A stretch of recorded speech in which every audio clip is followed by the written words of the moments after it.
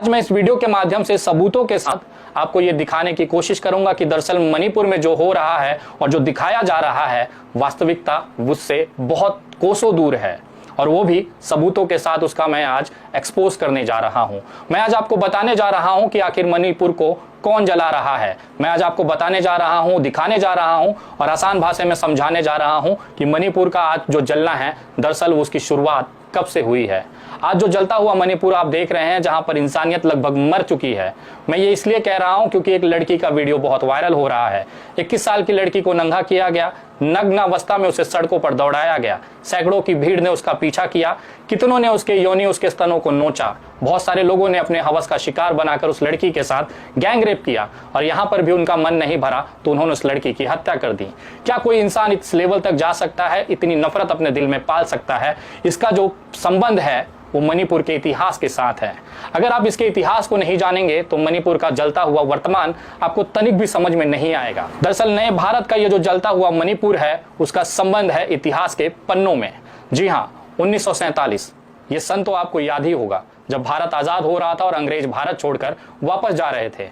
अंग्रेजों ने 200 सालों तक भारत पर राज किया। उनकी सबसे बड़ी जो नीति थी वो थी फूट डालो और राज करो, लेकिन जाते जाते भी अंग्रेजों ने इसी ब्रह्मास्त्र का इस्तेमाल किया, जिसकी वजह से आज मणिपुर की ये हालत है। दरअसल आपको समझना होगा कि जब 1947 में अंग्रेज भारत छोड़कर जा रहे थे तो उस समय राजा महाराजाओं का दौर था। अंग्रेजों को जब वो अपने राज्य सौंप दे रहे थे तो उनके सामने बहुत सारे विकल्प रखे गए।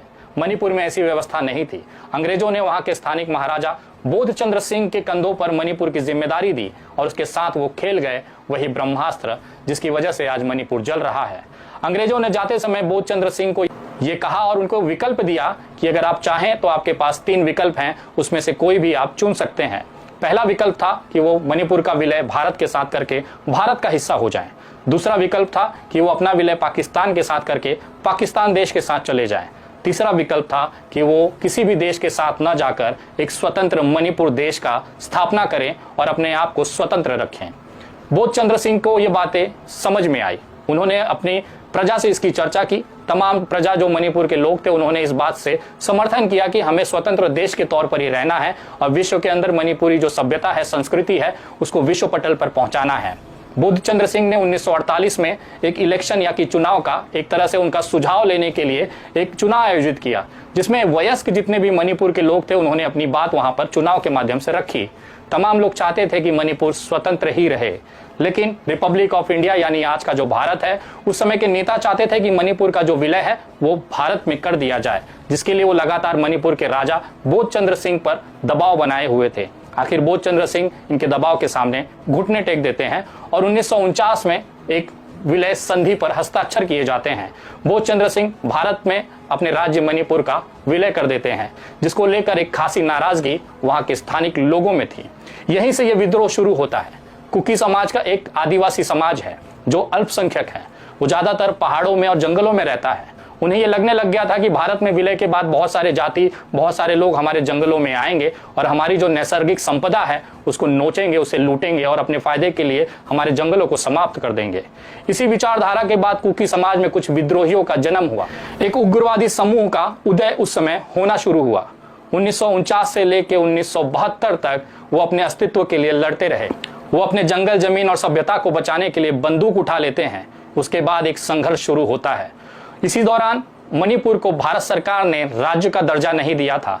जब ये घटनाएं बढ़ रही थी, उग्रवादी घटनाएं बढ़ रही थी, कुकी समुदाय का सरकार के साथ झड़प तैयारी चल रही थी, बंदूकें चल रही थी, तो सरकार को लगा कि शायद अगर मणिपुर को राज्य का दर्जा दे दिया जाए तो ये झड़प और ये जो हिंसा है वो खत्म हो जाएगी। लेकिन भारत सरकार गलतफहमी में थी। ये संघर्ष चलते चलते 1972 हो जाते हैं। वर्ष 1972 में भारत सरकार मणिपुर को पूर्ण राज्य का दर्जा दे देती है। वहां पर विधानसभा की स्थापना की जाती है और संवैधानिक तरीके से सरकार बनाने की प्रक्रिया शुरू हो जाती है। लेकिन कुकी समुदाय को कुछ और ही पसंद था। वो नहीं चाहता था कि वो भारत के साथ जाकर वहां पर शांति स्थापित करें, क्योंकि उन्हें यह डर था कि उनके जंगलों में ये जो बाहर के लोग हैं या फिर जो अन्य जाति के लोग हैं वो घुसेंगे और हमारी संपदाओं को नुकसान पहुंचाएंगे। भारत सरकार भी ये समझ चुकी थी कि ये मामला ऐसे सॉल्व नहीं होने वाला है। 1980 का दौर आया। भारत सरकार ने मणिपुर को अशांत क्षेत्र घोषित कर दी। सैनिक कार्रवाइयां वहां पर शुरू हुई, आर्मी को वहां पर भेजा गया ताकि ये जो मणिपुर के जो कुकी उग्रवादी हैं इनका सफाया किया जा सके। भारतीय सेना ने भी पूरी ताकत लगाकर ऑपरेशन ऑल क्लियर शुरू किया। इसका पूरा मकसद था कि जंगलों में छुपे हुए जो उग्रवादियों के कैंप हैं, एक तरह से कुकी उग्रवादियों का सफाया करना इस भारतीय सेना का मिशन रहा। ये लड़ाई, ये विवाद, ये हिंसा 2008 तक चलती रही। उसके बाद दौर आया युद्ध विराम का। भारत सरकार, केंद्र सरकार, राज्य सरकार, भारतीय सेना और कुकी उग्रवादियों के समूह ने आपस में बैठकर यह तय किया कि आज के बाद से कोई भी हिंसा नहीं होगी। उग्रवादियों के दमन करने के लिए केंद्र सरकार ने आसफा नाम के एक कानून का इस्तेमाल वहां पे किया। इसका अगर सरल भाषा में मतलब देखा जाए या हिंदी में मैं आपको उसका बात बताऊं तो उसे कहा जाता है सशस्त्र बल विशेष अधिकार अधिनियम। जी हाँ, ये सैन्य कानून का वो नियम था कि सेना के किसी भी अधिकारी को, किसी भी सैनिक को मणिपुर के किसी भी हिस्से में जाने का था अधिकार था, बिना कारण बताए किसी को गिरफ्तार करने का अधिकार था, किसी को भी कार्रवाई करने का अधिकार था। जब ये युद्ध विराम शुरू किया गया उस समय 2008 के दौरान जब सारे लोग एक टेबल पर बैठे तो उसमें सबसे बड़ी कंडीशन यही थी कि जो आसफा कानून है इसे आप वापस लेंगे, उसके बाद ही इस युद्ध विराम को माना जाएगा। सभी सरकारों ने इस पर सहमति जताई और आखिर में 2008 में कुकी उग्रवादी, केंद्र सरकार, राज्य सरकार और भारतीय सेना के बीच में एक युद्ध विराम का संधि साइन किया गया। उसके बाद सभी को लगा कि शायद ये जो तनाव है मणिपुर के जंगलों को लेकर, जो एक लड़ाई है, जो हिंसा है, वो समाप्त हो जाएगी। इस संधि पर साइन होने के बाद भी कुकी समाज के बहुत सारे लोगों को ये डर था कि शायद सरकार हमारे साथ धोखा कर सकती है और ये जो उग्रवाद था, ये जो हिंसा थी, वो लगातार बढ़ती ही जा रही थी। क्योंकि कुकी उग्रवादियों का एक समूह ऐसा भी था जो इस संधि का पालन नहीं करना चाहता था, उन्हें यह पसंद नहीं था। कुकी समुदाय की इस तरह की हिंसा, बंदूक उठाने और इस तरह से अपने हक को छीनने की लड़ाई को देखकर मैतेई समाज भी अग्रसर हो गया। उन्हें यह महसूस होने लगा कि अगर हम भी इसी रास्ते पर चलते हैं तो हम भी अपने अधिकारियों को छीन के ले सकते हैं। शायद यही कारण था कि मैतेई समाज जो है अपने आप को अनुसूचित जनजाति यानी कि एसटी का दर्जा प्राप्त करने के लिए आंदोलन करने की शुरुआत करता है। ये दौर था 2010 से। दरअसल मैतेई समाज भी चाहता था कि हम शहरों में बहुत ज्यादा संख्या में हैं, बहुसंख्यक हैं इस देश राज्य के अंदर, हमें भी जंगलों के अंदर जाना है, वहां जमीनें खरीदनी है, व्यवसाय करना है। लेकिन इसका विरोध कुकी समाज के लोग लगातार कर रहे थे। ये जो आपसी तनाव था, जमीनों की जो लड़ाई थी, आपसी जो समुदायों की लड़ाई थी, ये बढ़ता चला गया और 2023 तक इसने अपने चरम स्थिति पर पहुंच गया। आज हालात ये हैं कि जो कुकी समाज हैं वो इस समय पीड़ित की तरफ पे हैं और जो मैतेई समाज है वो अपने संख्या के आधार पर इनके ऊपर हावी है। दरअसल ये हावी होने का एक कारण ये भी है कि जो कुकी समाज है वो जंगलों के अंदर फैला हुआ है, वो एक जगह बहुसंख्यक संख्या में नहीं है। लेकिन मैतेई समाज के साथ ये फायदा है कि उनकी जो जनसंख्या है एक छोटे से जगह पर बहुत ज्यादा है कुकी समुदाय के कंपेयर में। यही कारण है कि इस तरह की कुकी समुदाय के ऊपर जो हिंसा हो रही है मैतेई समाज आज खुले तौर पर ये करे जा रहा है। लेकिन अब मैं उस पहलू पे लेके जाना चाह रहा हूं कि आखिर ये हिंसा को क्यों नहीं रोका जा रहा और इस हिंसा के पीछे सबसे बड़ा कारण क्या है। इसके लिए आपको मणिपुर के विधानसभा को समझना होगा। 60 विधायकों वाली ये जो मणिपुर की विधानसभा है, इसके अंदर सबसे ज्यादा जो विधायक हैं वो भारतीय जनता पार्टी के हैं। अगर इस भारतीय जनता पार्टी की गूगल पर जाकर आप लिंक विधायकों की लिस्ट उठाएंगे तो आपको समझ में आ जाएगा कि आखिर ये हिंसा क्यों नहीं रुक रही है। जी हाँ, सबसे बड़ा कारण यह है कि जो मैतेई समाज के जो सबसे ज्यादा विधायक हैं वो चुनकर इस समय विधानसभा में हैं और खासतौर पर बीजेपी के अंदर हैं। 19 जून को जब अमित शाह ने मणिपुर के विधायकों की एक बैठक की थी तो उसमें 30 से ज्यादा विधायक मणिपुर की तरफ से वहां पर डेलीगेशन के तौर पर बैठे थे, जिसमें अधिकतर जो विधायक हैं वो मैतेई समाज के थे।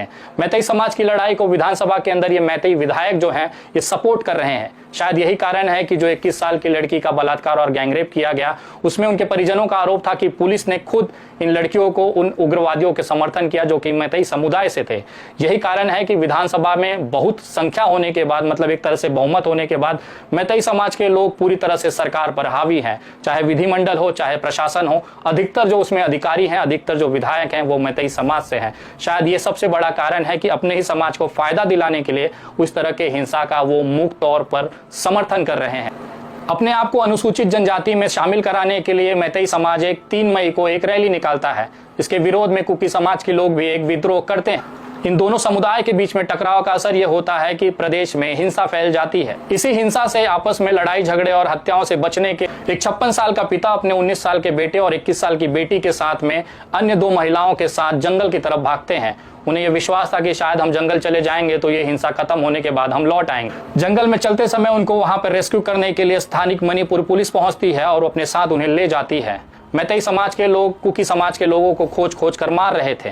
पुलिस को जब पता चलता है कि ये जो 56 साल का पुरुष, 19 साल का बेटा और एक जो लड़की है वो कुकी समाज की है। तो उसके बाद वो उन्हें पुलिस स्टेशन ले जाकर छिपाना चाहते थे, लेकिन रास्ते में ही मैतेई समाज के लोगों का समूह उसे घेर लेता है।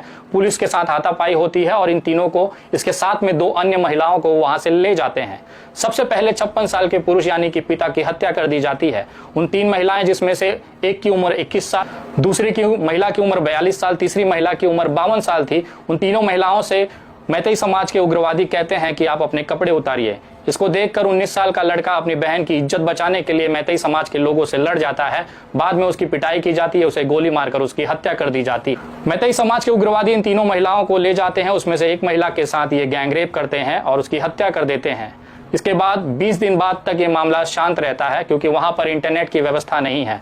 इस महिलाओं के परिजन, इस परिवार के लोग पुलिस स्टेशन जाते हैं और एक शिकायत दर्ज कराते हैं। 18 मई 2023 को वहां पर FIR दर्ज की जाती, लेकिन कार्रवाई को ठंडे बस्ते में डाल दिया जाता है। 2 दिन पहले एक वीडियो सोशल मीडिया पर वायरल होने के बाद इस पर पुलिस जो है संज्ञान लेती है। मुख्यमंत्री सामने आते हैं और कहते हैं कि ये कोई एक मामला नहीं है, 100 से ज्यादा मामले इस तरह के हुए हैं जिस पर FIR दर्ज की गई है। इसका मतलब अगर इस तरह की जानकारी सोशल मीडिया पर नहीं आती तो शायद इस लड़कियों की जो बात है वो मणिपुर के अंदर ही जंगलों में दफन हो जाती, किसी तक ये जानकारी नहीं आ पाती। ताजा मामले में जो सड़कों पर निर्वस्त्र कर एक लड़की को वीडियो वायरल किया गया, उसमें एक आरोप 32 वर्षीय एक युवक की प्रमुख जो गिरफ्तारी हुई है, जिसका नाम है हुईराम हीरोदास मैतेई। ये मैतेई समुदाय से बिलोंग करता है। आपने वीडियो में देखा होगा, हरी शर्ट पहना हुआ जिसने निर्वस्त्र लड़की को पकड़ा था, ये उसका आरोपी बनाकर उसे गिरफ्तार किया गया। इसके अलावा एक और लड़के यानी कि आरोपी की गिरफ्तारी हुई है, वो भी मैतेई समाज से ही है। इसके अलावा आज सुबह खबर आई है कि ये जो आरोपी पकड़ा गया है, इसके घर को भी एक भीड़ ने गुस्से में जला दिया गया है, जिसकी वजह से वहां पर तनाव बढ़ा हुआ है। दरअसल मैतेई और कुकी समुदाय की जो लड़ाई है वो जंगल और अपनी जमीन, अपनी सभ्यता बचाने को लेकर है। इम्फाल में बहुसंख्यक मैतेई समाज भी ये चाहता है कि वो भी अपने आप को विस्तारित करे, जंगलों में जाए, वहां पर जमीन और व्यवसाय कर सके, जिसका विरोध करता हुआ कुकी समाज आज अपनी अंतिम लड़ाई की तरफ बढ़ रहा है। लेकिन इन सब के बीच में जो सबसे बड़ा चौंकाने वाला आंकड़ा यह है कि वहां के जो विधानसभा है यानी कि भारतीय जनता पार्टी के जो विधायक हैं, जो खासतौर पर मैतेई समाज से आते हैं, दरअसल वो नहीं चाहते हैं कि कुकी समाज के जनसंहार को रोका जा सके, क्योंकि वो भी उसी समुदाय से आते हैं जो आज बंदूकें लेकर जनसंहार और बलात्कार और गैंगरेप कर रहा है। शायद इन्हीं विधायकों का एक दबाव है केंद्र सरकार पर, जिसकी वजह से माननीय नरेंद्र मोदी जी पिछले 80 दिनों से अपने मुंह में दही जमाकर बचाए हुए थे, रोके हुए थे। वो नहीं चाहते थे कि मणिपुर के अंदर सरकार गिरे और इस तरह से मैतेई समाज को नाराजगी झेलनी पड़े, क्योंकि आगामी विधानसभा में मैतेई समाज जो है एक मुश्त भाजपा का समर्थक है, उसको वोट करता है। केवल सत्ता और वोट बैंक के लालच में नरेंद्र मोदी और भाजपा की केंद्र सरकार ने अपनी आंखें मूंदी हुई थी।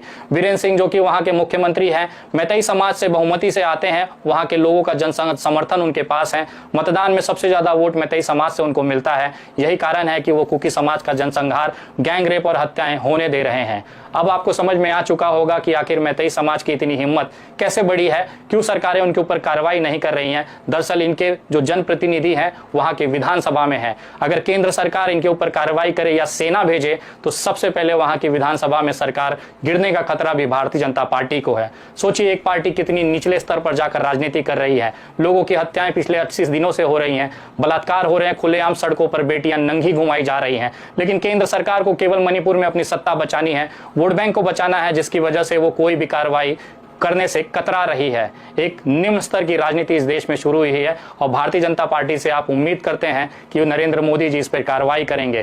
दरअसल ये पूरा मामला वहां के विधानसभा, मैतेई समाज के विधायक और मैतेई समाज के वोट बैंक से संबंधित है। यही कारण है कि आज भारतीय जनता पार्टी एक बेटी को नोचने दे रही है, लेकिन मुंह में दही जमाए हुई है। ये तथ्य आपको कैसे लगे कमेंट करके जरूर बताएं। भारतीय जनता पार्टी ही वो एकमात्र पार्टी है जो मणिपुर को जलाने में, आग में घी का काम दे रही है। उनका पूरा समर्थन वहां के उग्रवादियों को है जो कि मैतेई समाज से आते हैं। उनका पूरा समर्थन वहां के जनसंहार को है, बलात्कार को है, वहां की हो रही हत्याओं को है। शायद ऐसा नहीं होता अगर सही में वो संविधान और कानून की बात करते तो आज सेना भेजकर मणिपुर को कंट्रोल कर सकते। लेकिन केवल सरकार गिर जाएगी, एक सत्ता का लालच उनके दिल में पैदा है जिसको वो खोना नहीं चाहते, जिसकी वजह से वो मणिपुर को जलने दे रहे हैं। और मैं दावे के साथ कहता हूं अगले कितने ही महीनों तक मणिपुर जलता रहेगा, क्योंकि सरकारों की इतनी औकात नहीं है कि वोट बैंक सत्ता से उठकर इंसानियत और मानवता के बारे में वो सोचे। वीडियो ज्यादा से ज्यादा लोगों तक शेयर करें ताकि मणिपुर की असलियत और सच्चाई आप तक पहुंच सके। अगली वीडियो